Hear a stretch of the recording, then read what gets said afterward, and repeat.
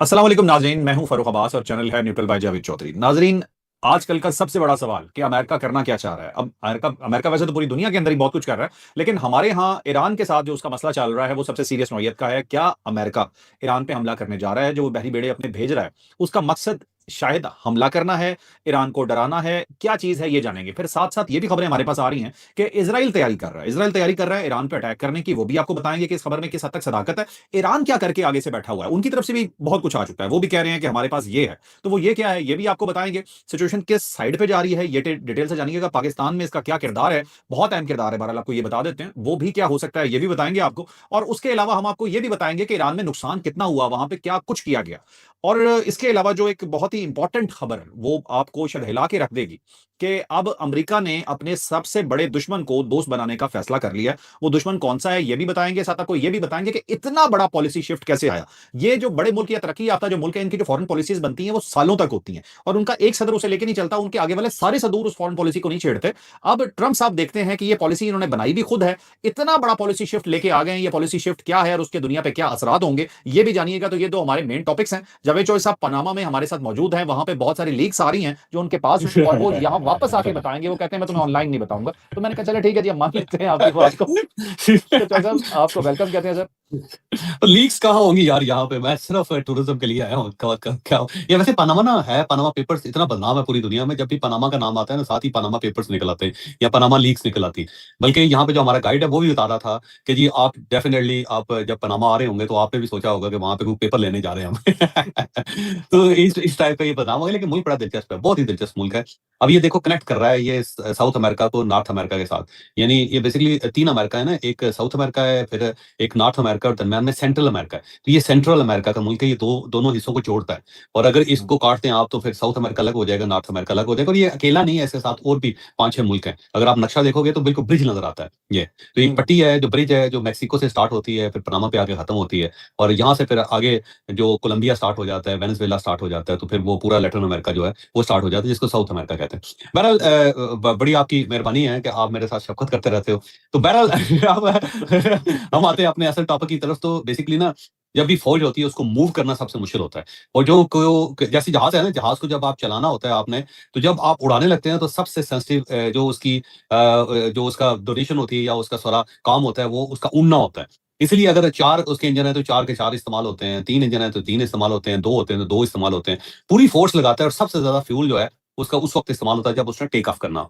इसी तरह लैंडिंग है, जब लैंडिंग करनी होती है जहाज ने तो उस वक्त पे उसके सारे इंजन खुलते हैं, सारे सिस्टम उस पे चलते हैं, बहुत ज्यादा पेट्रोल उसका खर्च होता है। इसलिए दुनिया के अंदर जितने जहाज तबाह होते हैं तो वो या तो टेक ऑफ के दरमियान होते हैं या फिर लैंडिंग के दरमियान होते हैं। ज्यादातर एक्सीडेंट जहाजों के जो है लैंडिंग और टेक ऑफ के दरमियान होते हैं। सेम इसी तरह जो फौजें होती हैं उनकी जिंदगी में या उनका कोई भी जंग का जो सिलसिला होता है उसमें 2 चीजें बड़ी इंपॉर्टेंट होती है। एक तो जब उन्होंने मूव करना होता है, महाज की तरफ जाना होता है, उसमें बहुत ज्यादा पैसा खर्च होता है, क्योंकि वो पूरा इंफ्रास्ट्रक्चर है। ऐसा नहीं है कि सोल्जर से कहा कि पाओ जूतियां ते नासपो हो तुसी।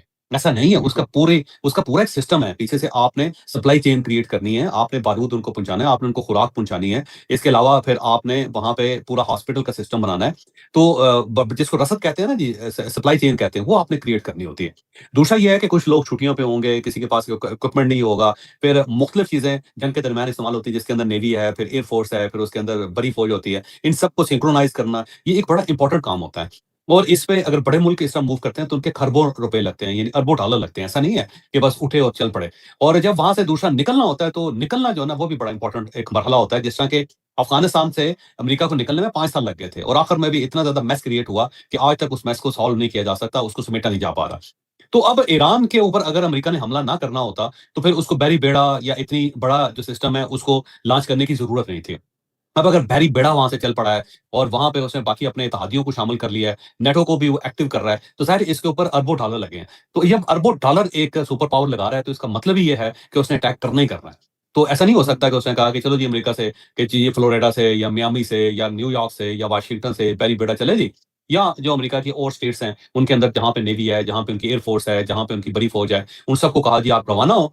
और साथ उनके जो सैटेलाइट्स हैं उन सबको कहा जी कि आधे सैटेलाइट्स जो हैं वो मशरक़ वुस्ता में शिफ्ट हो जाएं और एक दूसरे के साथ कोऑर्डिनेशन करें। फिर बरतानिया को कहा जी आप अपने जहाज भेज दें। फिर नेटो से के बाकी जो एलाइज हैं उन सबसे कहा जी कि जिसके पास जो कुछ है वो रवाना करे। तो इतना बड़ा सिस्टम अगर उसने मूव किया तो उसका मतलब है कि वो कुछ ना कुछ करना चाहता है।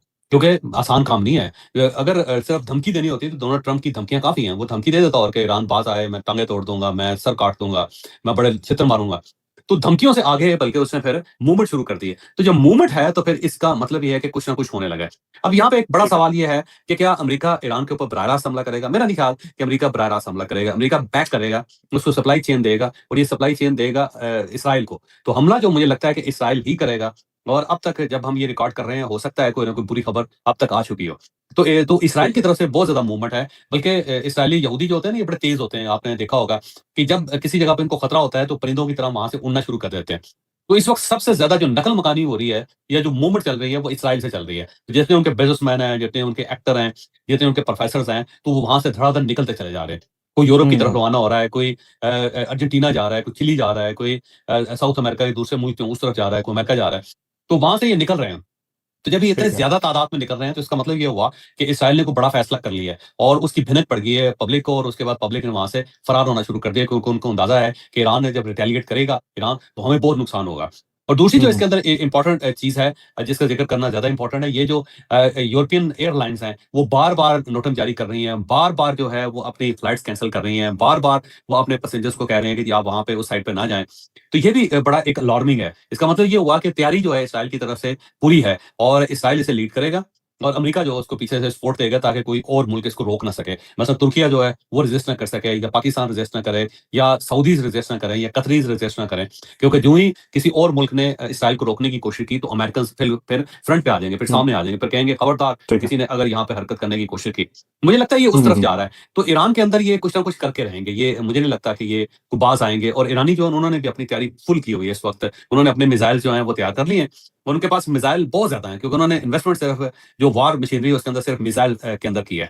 अब अगर अचानक वो एक न्यूक्लियर भी डिक्लेयर कर देते हैं अपने आप को, कोई धमाका करके साबित कर देते हैं कि हम न्यूक्लियर पावर भी हैं, तो फिर ये मामला चेंज हो जाएगा।